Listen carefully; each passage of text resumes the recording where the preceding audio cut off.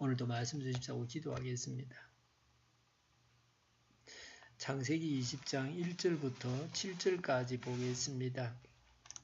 아브라함은 마므레에서 네겝 지역으로 옮겨가서 가데스와 수루 사이에서 살았다. 아브라함은 그랄에 잠시 머문 적이 있는데 거기에서 아브라함이 자기 아내 사라를 사람들에게 자기 누이라 소개하였으므로 그랄 왕 아비멜렉이 사람을 보내서 사라를 데려갔다. 그런데 그날 밤에 하나님이 꿈에 아비멜렉에게 나타나셔서 말씀하셨다. 내가 이 여자를 데려왔으니 너는 곧 죽는다. 이 여자는 남편이 있는 여자다. 아비멜렉은 아직 그 여인에게 가까이 하지 않았으므로 주님께 이렇게 아뢰었다. 주님께서 의로운 한 민족을 멸하시렵니까? 아브라함이 저에게 이 여인은 자기 누이라고 하지 않았습니까? 또 이 여인도 아브라함을 오라버니라고 말하지 않았습니까? 저는 깨끗한 마음으로 따뜻하게 이 일을 하였습니다. 하나님이 꿈에 또 그에게 말씀하셨다. 그렇다. 나는 내가 깨끗한 마음으로 이렇게 한 줄을 잘 안다. 그러므로 내가 너를 지켜서 내가 나에게 죄를 짓지 못하도록 한 것이다. 그 여인을 건드리지 못하게 한 이유도 바로 여기에 있다. 이제 그 여인을 남편에게로 돌려보내어라. 그의 남편은 예언자이므로 너에게 탈이 나지 않게 하여 달라고 기도할 것이고 너는 살 것이다. 그러므로 그 여인을 돌려보내지 아니면 너와 너에게 속한 사람들이 틀림없이 다 죽을 줄 알아라. 아멘. 아브라함이 거짓말을 했습니다. 1절에 보니까 아브라함이 그랄에 잠시 머물 때에 있었던 일입니다. 2절에 아브라함이 자기 아내 사라를 사람들에게 자기 누이라고 소개했습니다. 그랄 왕 아비멜렉이 사람을 보내서 사라를 데려갔습니다.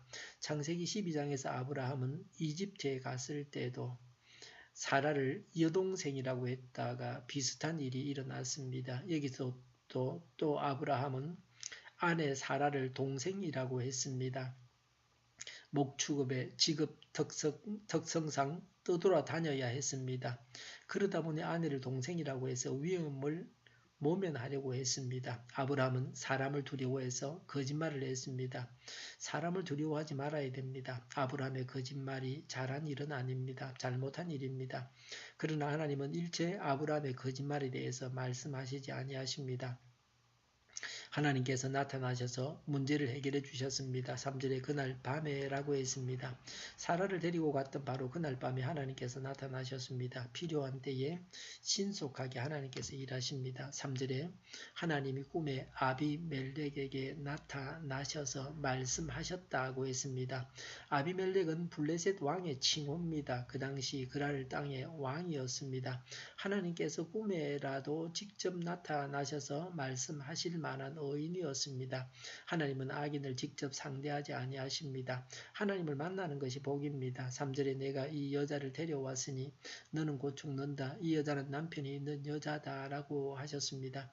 하나님은 아비멜렉에게 남의 아내를 데리고 왔으니 죽임을 당하게 된다고 말씀하셨습니다. 남의 아내를 빼앗는 것은 죄입니다. 10계명 중에서 제10계명을 어기는 것입니다. 이때는 아직 십계명이 주어지기 전입니다. 그러나 죄는 분명합니다. 4절과 5절에 아비멜렉은 자신은 죄가 없다고 했습니다. 아브라함은 자기 누이라고 했고 사라도 아브라함을 오라버니라고 했기 때문에 자신은 깨끗한 마음으로 떳떳하게 이 일을 했다고 했습니다. 사라가 아브라함의 아내인 줄 몰랐다고 했습니다. 6절에 하나님이 꿈에 또 그에게 말씀하셨다. 그렇다. 나는 내가 깨끗한 마음으로 이렇게 한 줄을 잘 안다. 그러므로 내가 너를 지켜서 내가 나에게 죄를 짓지 못하도록 한 것이다. 그 여인을 건드리지 못하게 한 이유도 바로 여기에 있다. 라고 하셨습니다. 아비멜렉이 어려운 사람이기 때문에 사실을 알려줘서 죄를 짓지 않게 하려고 알려주는 것이라고 하셨습니다. 하나님은 진실을 알려주면 죄를 짓지 않을 자에게 진실을 알려주십니다. 하나님이 나타나셨다는 것만으로도 그 사람이 의인이라는 것을 알 수 있습니다. 보통은 악하기 때문에 진실을 말해줘도 소용이 없습니다. 몰라서 악행을 하는 것이 아닙니다. 이미 악행인 줄 알고 행하고 있습니다. 그래서 하나님께서 내버려 주십니다. 하나님께서 나타나셔서 말씀해 주시고 진실을 알려주셔서 죄를 짓지 않도록 지켜주시는 사랑의 하나님이십니다. 하나님은 아내를 빼앗기지 않도록, 아브라함은 아내를 빼앗기지 않도록 지켜주셨습니다. 오늘 우리에게도 죄를 짓지 않도록 지켜주시는 하나님의 사랑이 있기를 바랍니다. 하나님께서 나타나셔서 말씀하셨다는 자체가 벌써 행운입니다. 여기 이 아비멜렉은 참으로 복을 받은 사람입니다. 7절에 이제 그 여인을 남편에게로 돌려보내어라 라고 하셨습니다. 아비멜렉이 해야 할 일이 무엇인지를 알려주십니다. 남의 아내라고 하는 것을 알았으면 그 남편에게 되돌려 보내야 합니다. 남의 것을 빼앗아서는 안 됩니다. 남의 아내를 빼앗으면 안 됩니다. 선을 행하고 하나님께 순종해야 합니다. 해야 할 바가 무엇인지는 명료하고 쉽게 알 수 있습니다. 그러나 아는 대로 행하는 것은 쉽지 않습니다. 이스라엘 백성들이 출 이집트 할 때에 이집트 왕 바로는 하나님의 백성을 내보내라고 하나님께서 말씀하셔도 내보내지 않았습니다. 그래서 10가지 재앙을 당했습니다. 그것도 모자라고 도망가는 이스라엘 백성들을 뒤쫓아갔습니다. 그러다가 홍해에 이집트 군대가 다 빠져 죽었습니다. 7절에 그러나 그 여인을 돌려보내지 않으면 너와 너에게 속한 사람들이 틀림없이 다 죽을 줄 알아라 라고 했습니다. 계속해서 욕심을 부리면 일가족이 다 죽임을 당한다고 하셨습니다. 하나님께 순종하면 살고 불순종하면 죽습니다. 다른 일은 없습니다. 7절에 그의 남편은 예언자이므로 너에게 탈이 나지 않게 하여 달라고 기도할 것이고 너는 살 것이다 라고 했습니다.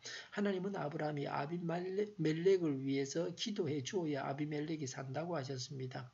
아브라함이 아비멜렉을 죽이고 살리는 권세를 가진 자라고 말씀하고 있습니다. 하나님을 믿는 자, 하나님의 일꾼은 불신 세상의 사람들을 죽이고 살리는 권세를 가지고 있습니다.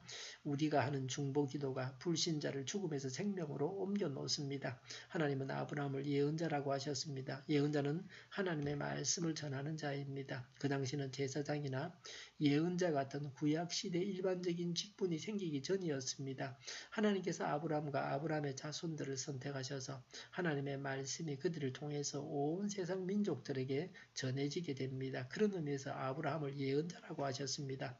하나님의 말씀을 듣고 순종하여 살아야 합니다. 불순종하거나 범죄해서 죽임을 당해서는 안 됩니다. 하나님은 지키시고 보호하십니다. 기도하겠습니다. 하나님의 말씀을 듣고 순종하며 살게 하옵소서. 불순종하거나 범죄해서 죽임을 당하지 않게 하여 주시옵소서. 하나님께서 지키시고 보호하여 주시옵소서. 우리 동료교회가 만군은집하게 하여 주시옵소서. 예수 이름을 명하노니 모든 병만은 물러가고 몸의 모든 부분들을 온전하게 될지어다. 신유의 기적을 베푸셔서 지금도 저희의 질병을 고쳐 주시옵소서. 저희와 교회와 나라의 민족을 불쌍히 여겨 주시옵소서. 독재 정권이 무너지고 평화 통일을 이루고 번영의 길로 나아가게 하여 주시옵소서. 전쟁 위험이 사라지게 하시며 북한의 핵 문제를 해결하여 주시옵소서. 신앙의 자유를 늘 누리며 살게 하여 주시옵소서. 하나님을 대적하는 세력들이 바로 망하게 하여 주시옵소서. 국회가 하나님이 기뻐하시는 법만을 만들게 하여 주시옵소서. 반성경적인 모든 법과 내교들이 즉시 사라지게 하시며 새로운 헌법에도 반성경적인 요소들이 없게 하여 주시옵소서. 대통령이 통치를 잘하게 하시며 지진이 일어나지 않게 하시며 출산율이 올라가게 하시며 에너지 정책을 친환경적으로 세워서 집행하게 하여 주시옵소서. 늘 맑은 공기를 마실 수 있게 하여 주시옵소서. 오늘도 성령님을 따라서 차고 넘치는 삶, 복된 삶을 살게 하여 주시옵소서. 감사와 찬양을 주님께 돌려드리며 예수님의 이름으로 기도하옵나이다. 아멘.